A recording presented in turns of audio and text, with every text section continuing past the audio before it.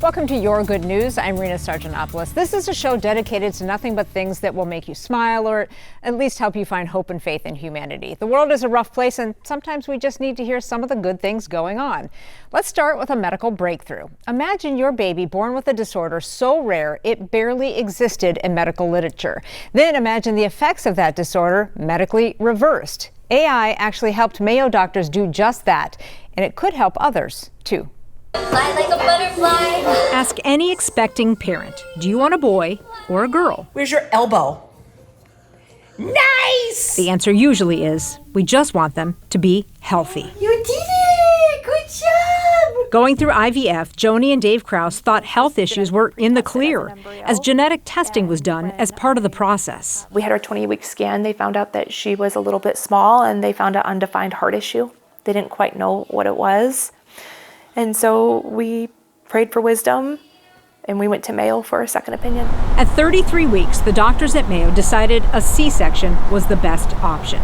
Jory Kraus was welcomed into the world. And they immediately ended up putting her into one of those little incubator things and shipped her off over to the St. Mary's campus. Had both women in my life in two different buildings and trying to split time between both and keep them both okay. Jory would go on to spend 73 days in the NICU. It turned out she had not one but 5 heart issues, among some other physical anomalies, but nothing that couldn't be overcome. How are we going to fix it? How we're going to address it? And this wonderful surgeon told Dave, hey, don't worry about it. We're going to figure all of this out. You just need to worry about who she's taking to prom. Joni and Dave allowed themselves to exhale. But it's not where their baby girl's story ends. Genetic testing came back, a problem. Jory was missing part of her chromosome 10, a spontaneous deletion during pregnancy, meaning it was not inherited from either parent, which is why it wasn't caught during the IVF process. Jory was diagnosed with DeSanto-Chenaui syndrome, a rare genetic disorder that was the cause of her physical issues, but would also cause low muscle tone, developmental delays, and intellectual disabilities. At the time, just a couple dozen people in the world had the same diagnosis. Joni was asking a little bit about what does that mean, and I just sort of piped up and said that means it's permanent. There's nothing, this one doesn't have a fix, this one doesn't have a surgery. And that's when I had to get up and leave the room. With no cure, early interventions like physical and speech therapies were the only options. A year passed, and as Jory fell behind with her milestones like crawling and talking, Joni and Dave pushed forward, fighting for answers. We're at the best hospital in the world. Where's the groundbreaking genetic research? And she had this smile. This big, big smile, and she goes, have you met Dr. Whitney Thompson? They had, in fact, met Dr. Thompson. She was working in the NICU when they ordered the genetic testing or rapid genome sequencing for Jory right after birth. And since that time, Dr. Thompson had started a new project with Dr. Laura Lambert called Baby Force. We can send this comprehensive genetic test day 1 in the NICU and get a diagnosis within that first week of life, and it can really make a huge difference for patients. But often we get the diagnosis, but we don't have a treatment, and that's really where Baby Force comes in. The doctors take a patient's own skin cells and grow them in a lab. Using artificial intelligence, they search for already FDA-approved drugs that could potentially help. Then they test them on the patient's lab-grown cells to see if it works. Taking a drug that's already approved and already known to be safe really circumvents all of those issues that the rare disease population faces. So we don't have to have that major investment into running a clinical trial because it's off-label use. For Jory, the top hit from AI was an inexpensive drug commonly used to treat seizures in children. In the lab, it worked like a charm, boosting the levels of the working chromosome to compensate for the deleted one. Since the concept is so new, they had to go through ethics and legal departments first. Jory just started taking the medicine a few months ago. Turns out, whoa! It's working like a charm in real life, too. Good job! Within days, Jory started going up and down stairs, walking with a walker, even starting to say words. It's like she was getting the information in, understanding it, but then just couldn't figure out what to do with it. Yeah. And now she's starting to figure out what to do with it. A treatment for an ultra-rare disease would normally take years, if at all. The success in Jory's case opens a door of hope for others in the future. We're focused on the NICU because certainly the earlier we intervene, potentially the more impact we can have on somebody's life. And the hope is we can move that timeline up even more and start treating before symptoms even develop. We know this could benefit patients who are born with genetic differences, but it also has applications for cancer, for example, where we could sequence an individual's tumor and understand what's causing the cancer and look for drugs using AI to try to have an impact for those patients as well. Okay, let's go, go, go, go, go, go, go. Endless possibilities, which is also what these doctors have given Jory. She's going to be the best Jory that she can be. The barriers have been removed from her. She's just such a joy. And, you know, we just hope that out of all the hardship that we went through and all that she has gone through, that it will be a beacon of hope to others. I did it! Now, none of this was covered by insurance. It was all funded by Mayo and private donors, so Joni and Dave want to pay it forward. They've started a GoFundMe and a charity called The Jory Effect to help others get access to this kind of care. You can find links to both of those with this story at KARE11.com. We also have a half-hour streaming special running right here on KARE 11 Plus. Now, if you have someone in your life that constantly loses their wallet, or maybe you are that someone, you might find the story Boyd Hubert recently found particularly enjoyable. As the owner of an auto repair shop, replacing an HVAC motor, there can't be much Chad Volk hasn't seen. You never see everything. As Chad just learned again. 2015 Ford Edge. Chad was replacing the cooling fan on this 11-year-old Ford. Pulled out this air box and learned the Ford hid a secret. So my guess it was sitting up in here somewhere, just sitting there for the right move. That little hole right here. That's where the wallet was sitting on top of that hole. A wallet that puzzled the veteran mechanic. I just sit down and go through this wallet. Who then pulled from inside the work ID of a Ford Motor Company employee.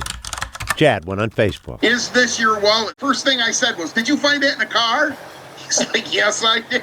Richard Guildford built Fords in Michigan. I never wore sweatpants to work, but I did that day. And I had my wallet in my shirt pocket. As he leaned over this car 11 years ago, the wallet popped out. I checked and I'm like, Smitty, I lost my wallet. So we all went out and tried to look. You know, there was 2,000 cars out there and we couldn't find it. So the wallet traveled in the Edge to a dealership in Arizona, then to Lake Crystal, Minnesota, and 150,000 miles later to the repair shop of an honest mechanic. That's the way I was raised. Who walked the wallet 3 doors down to the post office. There's nothing wrong with the money at all. Every dollar present. It's well-traveled currency. Lottery tickets. There's all the Cabela's cards. And the $250 in gift cards Richard had planned to use to buy Christmas gifts for his kids. How's it going, Richard? How you doing? Not too bad, and you? Chad and Richard talking face to face for the first time. I would have never figured in a million years that it would still be there. I'm going to start digging through cars more often, I guess, in the engine bays, see if I can find some stuff. 2 car guys, Yeah. uniquely bonded. And I really, really appreciate it. You're welcome. By a wallet and a story with an edge. The right guy found it, absolutely. Boyd Hubert, KARE 11 News. It was pretty cool. Lake Crystal. Richard offered to send Chad a reward for finding his wallet. Chad declined. Richard told Boyd a gift is on its way to Lake Crystal anyway. By the way, Richard checked with Cabela's. Those $250 in gift cards will still be honored. Love that. Still to come, Minnesota plays home to an international wakeboarding competition and a Minnesota artist's work and legacy celebrated at the Met. But first, here's some of your good news that you shared with us this week. Let's start off with Sheila, who says, "This is my fiance Tim being funny before he went in for surgery. He always makes me laugh." His surgery did go fine, by the way. Tim, I did ask first, so you can't be mad at me for putting this on TV. I wish you a quick recovery. Cheryl Heilman says, "My dear cousin Amanda Peterson Scottrud retired from the Army after 30 years, having achieved the level of Master Sergeant. The mayor of Eden Prairie, where Amanda is from, attended her party and presented her with a special commendation, thanking her for her service. The Army also presented her with a special award. Her future civilian endeavors include continuing her work with the U.S. Marshals, enjoying her family, including husband Ryan, their daughter Madeline Vergara, and their new son-in-law, Christian Vergara. Thank you for your service. Exactly. And Gloria Solar sent us in this cutie. Oh my. This is Owen of Rosemount. He's enjoying his first corn of the season. It's actually his first time trying corn on the cob. Turns out he's a big fan. Owen is 10 months old and loves to try new summer foods, I'm told. Look how cute that is. Oh my goodness.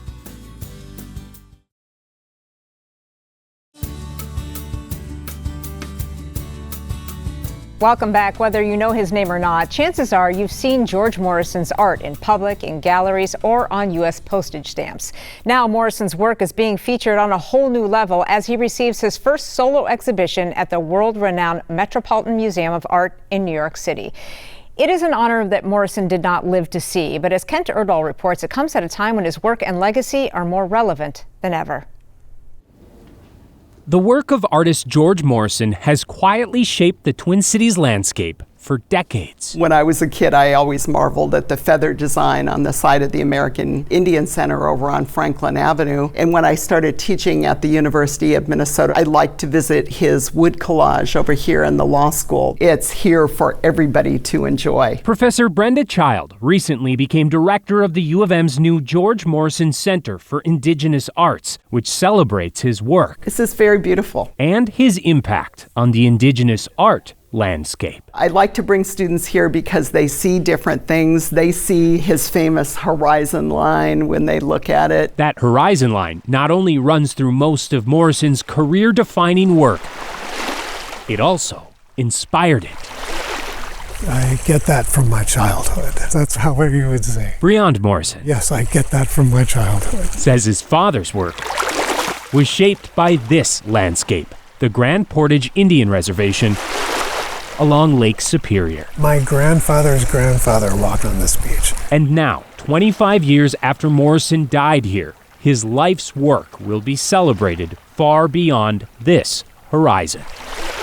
I just like to tell people that there's an Ojibwe artist with a big show in New York City. In the magical city, George Morrison's New York, the Met shines an international spotlight on Morrison's time away from Minnesota, attending the city's Art Students League and his abstract expressionist works that propelled the movement through the 1940s, 50s, and beyond. He was established. He had over 40 one-man shows by the time I was born in 1961. He painted with artists like William de Kooning, Jackson Pollock, Franz Klein, and we've seen exhibits that he did in New York with those artists. But Robert Snell, co-owner of Revere Auctions in St. Paul, has never seen Morrison's work more appreciated than it is right now. He has finally kind of gotten his due. Every single time we have a work by George Morrison, we get inquiries about it from all over the world. And much of it can be found in museums right here. The Met's curator spent years working with the Minnesota Museum of American Art in St. Paul, which contributed 12 pieces and is still home to the biggest collection of Morrison's work. We have to kind of realize and appreciate in Minnesota that he's not just a local guy who's done well, but he is in fact a leader in those art movements. To be an artist, you have your idea, you make it, and you stand firm. And he later led the movement back to familiar ground. This is a sidewalk, granite inlay into the Nicollet Mall. Because we're surrounded by his public art, in some ways we take it for granted. Morrison returned to Minnesota in 1970 to teach art and American Indian Studies at the U of M. And a few years later, he built a cabin and studio back on the reservation. I live with my dad's paintings all around me. To reconnect with the horizon that started it all. These are unfinished works that I found, even though it's unfinished. I love it. He was very influenced by Gitche Gumee. He was obsessed with Lake Superior. He painted these in Grand Portage. These really showcase Morrison's talent as an artist. It's no wonder why demand for those small but intricately layered horizon paintings is now sky high. 5 or 6 years ago at auction, these used to go for around $8,000 to $12,000. Today, we're looking at $30,000 to $50,000. That may be. But Breond says the story behind them, and he even talked about it, is priceless. My father was sick, and my mother got these boards so he could work and paint in bed. And she got all the paints for him, and he did it. And he started painting from that bed right up there. And soon, his father's big exhibition will culminate with some of those little paintings from this very place. I'm just happy for him. It's extraordinary to have his work shown there. It's a pinnacle it's a wonder, you know. And I'm sorry, just everything, the examples that he left behind and the way he lived his life. He was a good man.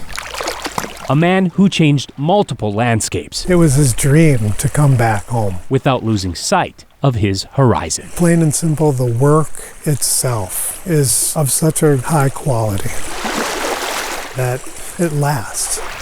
It is part of history now. Morrison's exhibit will continue through May of next year. Brian says he plans to travel out in September for a special opening reception, along with his mother, Hazel Belvo, an accomplished artist herself, who is now in her 90s. Well, Minnesota played host to a very summer competition last week. Some of the best athletes in the world gathered for the Wake Surf Open. Sammy Solina was there for the action and heard from organizers on how they are giving back. Wake surfing is back here at Spirit of the Lakes Festival in Mound, which means there's even a bigger draw for an event that's been a staple of the community for more than 2 decades. A summer tradition on Lake Minnetonka draws quite the crowd, with vendors, food trucks, beach time, live music, and of course, watching competitive wake surfing. Spirit of the Lakes is a nonprofit, and Jess Hill is its president. It's energetic, and it's the best weekend of summer, if I was to sum it up. It brings so many together. This is an annual routine event that they wouldn't miss. They come home, it brings them back to their Minnesota roots, or they live here and they invite everybody they can for that fun connecting weekend. Scott Nowak works for Marine Max and helped organize the competition. It's for the local, community, anybody in the state. It's really no prize money involved into it. It's all just for fun and for bragging rights. We have a very cool adaptive division that we bring in with the Wake for Warriors. That nonprofit brings wounded veterans together for adaptive wake surfing for a therapeutic experience. There's even special boards that are custom made so people of all abilities can get out on the water. Sammy Solina, KARE 11 News. Still to come, an honor for a St. Paul baseball legend and celebrating a life well lived. But first, here's more of your good news that you shared with us this week. Sandra Benson has been so patient and waiting for her good news to air. She says, "This is a picture of my 2 granddaughters, Aubrey and Tegan, who played in the USA Cup last week. They both placed and had a great time playing in Blaine." Very cool. I know. They play for Boreal FC, by the way. How cute are they? Every day. Jan Witzeth from Maple Grove sent us this in, a picture she took of a meerkat soaking up some vitamin D.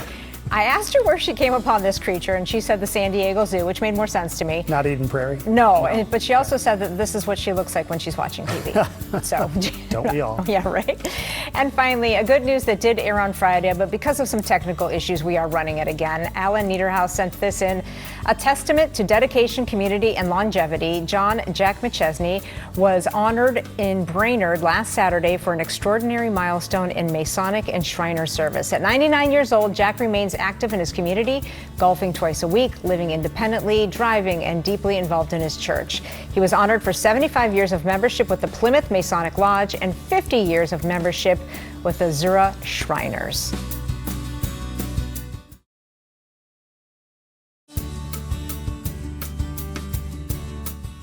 Welcome back. A special honor for a St. Paul baseball legend. St. Paul Parks and Recreation honored Baseball Hall of Famer Dave Winfield recently and celebrated the city's rich baseball history. The event took place at Tony Stadium on Marshall Avenue. Winfield, a St. Paul native, played at that stadium when he was growing up. My brother and I, we're pretty good because we love the game. We didn't need 9 guys and a coach and a time for practice. We got a rubber ball, a tennis ball, any kind of ball, play off the steps, the back of the church, in the street, in the alleys, anywhere. Baseball really just took a hold of us. City and community leaders surprised Winfield by announcing that a statue in his likeness is in the works as part of the future improvements to the stadium. Now, this next story might not seem like good news at first blush, but it is an excellent story when you celebrate a life well lived. Papa Jake Larson, a treasured and revered D-Day veteran, is now with his fellow comrades. He passed away at the age of 102 recently. Since then, tributes continued to pour in for the Minnesota native turned TikTok star. Heidi Wigdahl shows us what made him so special. A picture was taken when I came home from the 45-day leave. With more than 1 million followers, Jake Larson, known as Papa Jake, became a TikTok star, sharing stories as a World War II veteran. I'm just a country boy. Papa Jake grew up in Hope, Minnesota. Who I am, I don't even know. In 2023, he visited the Steele County Free Fair, retelling stories now familiar to his fans, like how he enlisted in the National Guard in 1938 after lying about his age. 1919, sir. There's a sign right here. That was all there was to it. My grandpa was his first cousin. And so they grew up like brothers by Owatonna, and they're the ones that lied to get into the National Guard when they were 15. Leslie Richardson of Blue Earth says when a drunk driver killed her own grandpa, he didn't skip a beat. He took us in and treated us like his own. On June 6, 1944, D-Day. Staff Sergeant Larson was among the nearly 160,000 Allied troops who stormed the Normandy shore. I'm reliving walking in on D-Day. This video is from last year's visit, returning to Normandy 80 years later. They gave their life so that I could make it. Not only did Papa Jake survive, he shared their stories. And I don't think he told any of his war stories till he was probably like really 80. You just didn't talk about it. You just kept it to yourself, and I think he started telling it, and it made him feel better, and people were so appreciative of it. His service earned him a Bronze Star and a French Legion of Honor Award. Papa Jake went on to tell his story, not just through social media, but in a memoir. And I said, "You're a national treasure, like the whole world needs to hear your story, and that's why you're still here." I'm 101 years old. It won't be long and I'll be joining them. After this interview, Papa Jake made it back to Normandy one last time. The Normandy Tourism Facebook page said he, quote, spent a whole week sharing his stories with the school children and young people of the region. He will never be forgotten. Papa Jake's granddaughter released a statement saying he went peacefully and was even cracking jokes till the very end. Leslie says the family is planning a celebration near his home in California for the fall, and they're hoping at some point to do something in Owatonna as well. If you'd like to learn more about Papa Jake, as you heard, he co-wrote a memoir called The Luckiest Man in the World. All right, let's take a final listen to some of your good news that you shared with us this week. Kathy and Jeff Johnson from Burnsville sent in these pics of Callie the Calico and her brother Max the Tabby, who will be 1 year old on July 17th. She says they rescued us through Biddy Kitty Brigade, and they bring tons of joy, laughter, and happiness into our lives, without a doubt. I love that, so cute. Liz and Kate Short from McGregor sent us this video. Baby chicks arrived at Effie Jones Farm in McGregor, Minnesota, and our Cocker Spaniel Marbles watching over the new additions. She is both gentled and worried all at the same time. So sweet. And Don and Susan Doty of Wayzata enjoy taking care of all creatures. Chip and the Chipmunk Clan are the latest group to enjoy snacks at the Doty's. You will see deer, bunnies, turkeys, raccoon, fox, all of course having Chip, I should say, of course, having his peanut snack here. Unsalted, they say, to keep it healthy for him. Thanks for joining us for Your Good News. If you'd like to share your good news with us, we do it every day at the end of our 4 p.m. newscast. Just send us an email to yourgoodnews@kare11.com. Be sure to add pictures or video of whatever it is you'd like us to share. Did you add a new furry member to your family? Maybe you've got a granddaughter who's getting married, or maybe you beat cancer. Hey, maybe you just simply shared some good time with good friends. We want to hear about it no matter what the good news is.